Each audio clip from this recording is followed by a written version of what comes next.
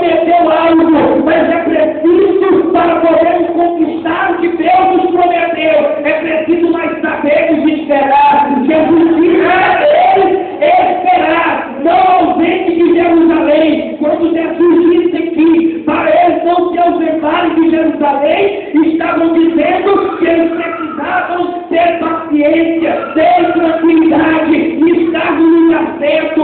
Muitas pessoas não recebem a bênção, as promessas de Deus não cumprem na sua vida, porque estão deixando o lugar certo da bênção. Eu quero dizer para você que o lugar certo da bênção, o lugar certo da vitória, o lugar certo da promessa de Deus se cumprir na sua vida, é aqui neste lugar onde você está.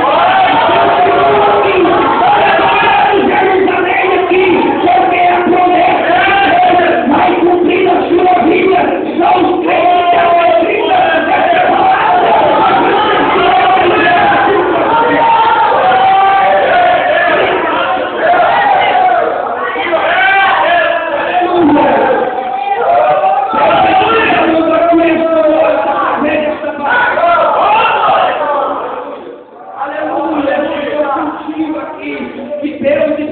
Aqui nesse lugar, ele está dizendo você que ele fez uma promessa, mas não se ausente de Jerusalém, não saia do seu lugar, fica onde tu estás, fica onde Deus te prometeu, que a bênção virá, a vitória virá.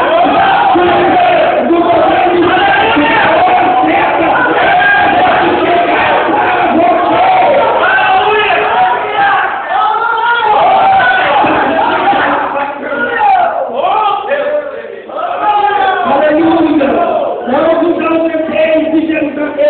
Mas esperai a promessa do Pai.